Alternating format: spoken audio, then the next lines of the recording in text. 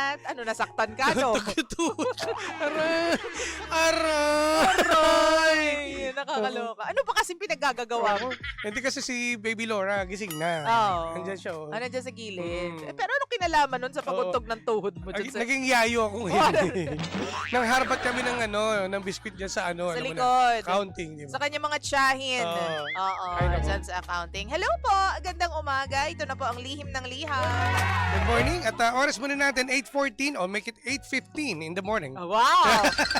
Ginawa ko yung sarili ko, di ba? Ibang level. Mabilis ang oras eh. Oo nga. Pero partner, ang hirap. Ito na naman tayo sa Oo. usapang in-laws. Mm-mm. 'Di ba? Yung pamilya ng iyong asawa, no? Minsan sabi nga nila, yung pamilya ng asawa mo na magki-care at magmamahal sa iyo, ang tawag doon, imposible. Oy, charot-charot lang. Sabi lang naman nila yan. Ito yung mga in-laws mo. Eh, Oo. At anyway, si Aya, no? Ayamot ako sa kanya. Ayamot Ayaw. ako sa kanya. Pero, ang i-clear ko lang, no? Si Aya ay may sariling bahay sila. Tama May ba? bahay silang inuupahan na talagang naging love nest nila ng kanyang asawa. Okay. Oo. So ngayon, ang etong parents niya ay pinapalabas ng asawa niya na ano daw na renovate yung bahay. Yun ang sinabi ng kanyang pamilya na Oo. nare-renovate yung bahay. Pero Oo. later nalaman ni Aya na wala na pala talagang bahay yung pamilya ng kanyang asawa. Kaya doon sumugod sa bahay Okay. nila. Pero itong asawa niya na nasa abroad, sa ibang bansa, kinuwento na doon sa asawa niya talaga na talagang walang bahay. Okay. Yan. Tapos, ang pinakamasakit dito is that, ang sabi, kapag hindi ka bumalik sa bahay, kasi syempre na bad trip si Aya, ano ba to, bahay ko to, ako nagbabayad, tapos biglang bawal na kumain ng ganto, bawal ng, di ba lagi na lang ako nahuhuli sa pagkain, pati sa paggamit ng CR. Kasi ang pag-aalam ko, no, kapag bahay niyo mag-asawa yan, di ba, house niyo, rules niyo. Oo, your Diba? house, your rules. Di ba, gano'n naman talaga dapat. Diba? At syempre, kahit ang mga ano natin, ang in-laws natin, pupunta niya para dalawin, True. kamustahin kayo. Oo. Pero ang magmando, teka lang, respeto doon sa mag-asawa. Yun nga. Kaya nga bumukod eh. Kaya para nga. magkaroon ng sariling pamilya. At syempre, mamuhay sila silang dalawa lang. At may anak na ba sila, partner? Wala pa. Wala pa. O nagsisimula pa lang. Pakilamera rin talaga in-laws eh. Diba? Minsan talaga nakakayamot eh. Totoo partner, nakakayamot lalo na dito sa sa sitwasyon Sa ni ginawa, Aya. sa ginawa sa kanya. Oo, kasi parang pinanghimasukan mo yung nananahimik na space Oo, ng mag-asawa. oo. Wala nga ngayon yung asawa ni Aya, nasa ibang bansa nagtatrabaho. Mm-mm. So, nag-iisa ngayon doon ngayon, itong babae. Wala siyang kakampi. Wala siyang kakampi. Wala ba at parents to si Ayan? O hindi kasama? Hindi niya kasama. Okay. So, malamang sa alamang, di ba, nananahimik siya, doing her own thing, her stuff. Yes. Tapos bigla na lang mag-i-intrude sa bahay mo. I mean, always welcome naman ang pamilya ng Totoo asawa, di ba? Hindi lang sa pamilya, kaibigan, Yes. kasamaan sa trabaho. Yan nga. Pero ang ano ko lang kasi doon, anong nangyari kay Aya, ito, base to sa aking storyteller na si Mako. Ang ano kasi, ang mahirap kasi nito, yung parang ginawa siyang housemaid. Yun nga. Di ba parang, alam mo, hindi, ang mahirap dito kay Aya, dapat ipinaramdam mo rin sa in-laws mo na teka lang, syempre, bahay niyo itong mag-asawa. Totoo. May rules kayo dito. At dapat talaga naman, huwag ka magpa-apekto. Dapat ikaw pa rin ang masusunod. Totoo. Ano man ang mangyari. Diba? Kasi ano yan eh, minsan talaga may mga in-laws, ito sa 100% na nakakasundo ng in-laws natin, mga nasa ano siguro, mga 10% lang. Hoy! Totoo! Karamihan Ang baba naman. karamihan kaaway eh. Hindi naman siguro. Ba't hindi kasi ma-realize ng mga magulang, no, ng mga taong kasal, yung mga anak nila, na teka lang, may sarili na pamumuhay, kaya nga sila bumukod, dapat respeto. Ibigay niyo yung respeto at bigyan niyo yung kanilang buhay, mag-asawa, na sila lang din ang, di ba, kaya nga sa hirap at ginawa, magkasama sila eh. Totoo. Ito, sa Saibet pa, hindi yon. Alam mo. Nandiyan kayo to give them advice. True. Tandaan niyo to, to give them advice. At, syempre, yung pagdarasal sa kanila na sana'y maging maayos ang kanilang pamilya. Yun ang dapat niyong tandaan. Ha? Ay! Mali! Totoo yun. Pero totoo. Pero dito naman, sa part naman nitong si Aya, you have to stand your ground. Diba? Pero kasi nararamdaman ko rin kasi minsan yan, imbis na makipag-diskusyon ako, imbis na sumakit yung ulo ko, sige na, bahala na kayo.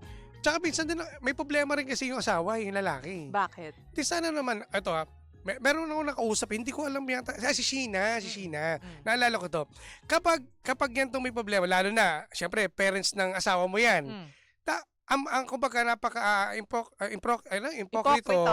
hipokrita ang tawag sa akin kapag nirekta ko yung parents mo. Dapat, asawa mo yan eh. May middleman. Oo, dapat ikaw, nanay mo yan, sasabihin ko sa iyo yung problema. At yung asawa mo naman, ang sasabihin niya sa parents niya. Oo. Para hindi pangit yung magiging resulta. Ang datingan. Ang datingan. Oo. Para naman merong kumbaga kung mag-away man sila, alam nila kung paano nila ayusin yan. True. Pero kapag ang babae, in-laws, yung manugang, diba? Oo. Manugang Tama, tayo, diba?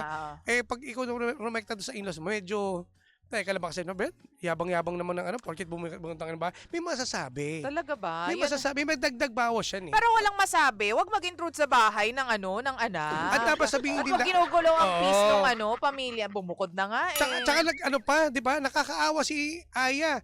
Nag-bed space pa para lang makawala siya sa gantong sitwasyon. Oo. Hindi ba loko-loko rin yung asawa? Pinayagan mo pa. Dapat ang ginawa mo, kung alam mong wala ng bahay yung parents mo, ba't hindi lang sila ang kinuha mo ng apartment? Total, nagtatrabaho ka dyan. Responsibilidad, ba't maaawa ka rin sa pamilya mo na walang bahay? Okay lang sana kung binigyan mo na lang ng bahay. O, discarte nila kung paano sila mabuhay. True. At kamustahin naman ng asawa mo si Aya, etong pamilya mo. Ganun Diba lang naman dapat ang tulungan eh. Diba? Tsaka dapat partner, kapag may asawa ka na, ang priority mo, mag-shift. Oo. Yung welfare ng asawa mo ang uunahin mo. Alam mo talaga, napaka-shift talaga. Kailangan talaga yung mag-shift ka talaga. Totoo nga. Totoo, kailangan mag-shift ng priorities mo eh. Mm-mm. Alam mo, minsan, eto, basa na rin pakinggan ng ibang tao, no? Parang naging na to eh, bukang bibig na palagi na kailangan magbago yung priorities mo once na may asawa ka na. Pero kasi, sasabihin ng iba, hindi, problema kasi itong malaki, wala nang bahay yung pamilya ko. Parang ganyan. Okay, nandun na kami ni Chip, pero wag mong kakalimutan na meron ka ring responsibilidad sa Yes. asawa mo. Dapat hindi makakaramdam ng kahit anong panliliit yung asawa mo, 'di ba? At disappointment yung asawa mo towards you and your family.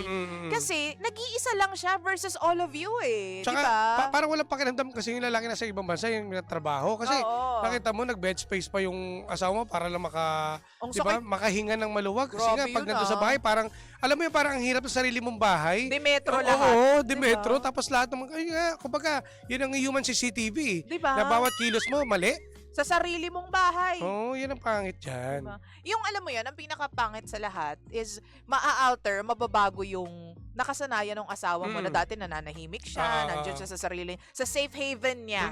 'Di ba? Nasa lugar siya kung saan tahimik ang lahat, doing her own thing. Tapos biglang magbabago yun. Dahil lang dahil lang sa bagay na hindi mo naman kontrolado.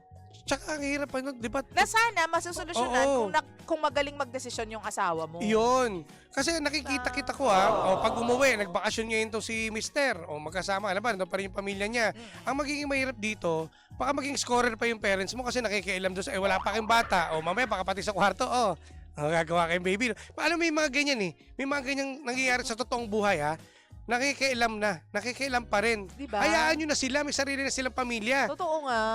Totoo yan. Hayaan nyo sila, may sarili silang diskarte, may trabaho naman. Oo. Ginagawa naman ng part ni Aya yung pagiging misis niya. True. Diba, respeto. Tanda mo, respeto. Respeto, amigo, amiga. Mars kayo dyan, Diba? Kung ako sa inyo, mag-shift na lang kayo. Pero baka paano naman yung mga nagsasabing, kahit pa paano naman may responsibilidad din naman yung lalaki doon sa kanyang pamilya. Paano naman yung mga taong yon, partner?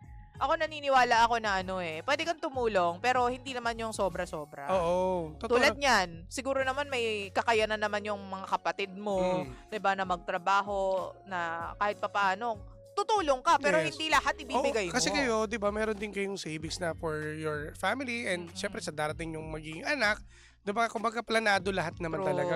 Lahat naman talaga ng gantong sitwasyon pinaplano, lalo na sa mag-asawa, planado dapat. Ang pagtulong sa parents niyo, both sides, ay talagang hindi dapat din nawawala. Oo. Kamustahin sila, lalo na kung may Kung senior na hindi kayo. siya magiging problema sa partner mo. Oo. Kasi kung nagre-reklamo yung partner mo kasi dahil sa pagtulong mo sa pamilya, wala na kayong pangkain, Oo. 'di ba? Bawas yung budget ninyo, kayo naman yung nagtitiis. Siguro kailangan ninyong pag-usapan Pero sa yun, part na tama. yun. Yun, ang bottom line talaga nito is mag-usap kayong mag-asawa. Oo. Yun.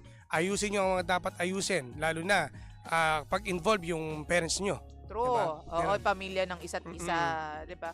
Kausapin niyo kasi mahirap yan talaga sa part ng babae. Diba? Ako na-imagine ko kasi partner kapag nangyari sa akin yun, yung tipong sa sarili mong bahay, hindi ka makagalaw. Baka ganyan din gawin ko. Alis na lang ako, bahala kayo dyan. Gulo-gulo nyo. Grabe. Pero swerte ako dahil ang aking in-laws ay mapagmahal. Doon sa sinasabi mong ratio, o kasama ko doon sa 10%. Si Mama V, hi ma. Pero kung ito ang solusyon doon eh. Kung halimbawa, hindi naman kayo magkasundo ng in-laws mo, wag mong ituring siyang kalaban. Alam mo, darating at darating, lalambot din puso niyan.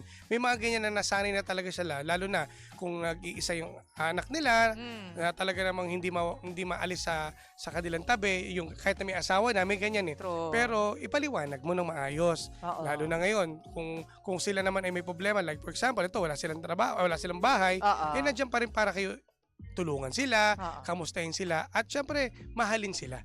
Pwede kang umalalay, but not to the extent na iaasa sa'yo lahat ng Yun. tulong. Diba? Tama. Kaya nga tulong Tulong. diba? Tulong, hindi abuso, ha? Kaya, gusto mo yun? Ay, nako.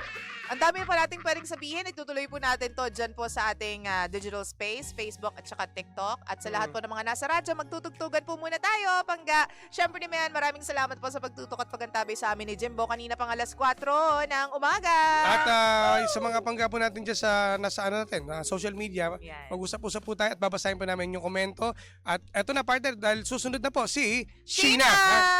Dito lang yan sa number 1, 06.7 Energy FM. Pangga mong sabing radyo, Sabihin mo. Energy! DJ Lindsay at DJ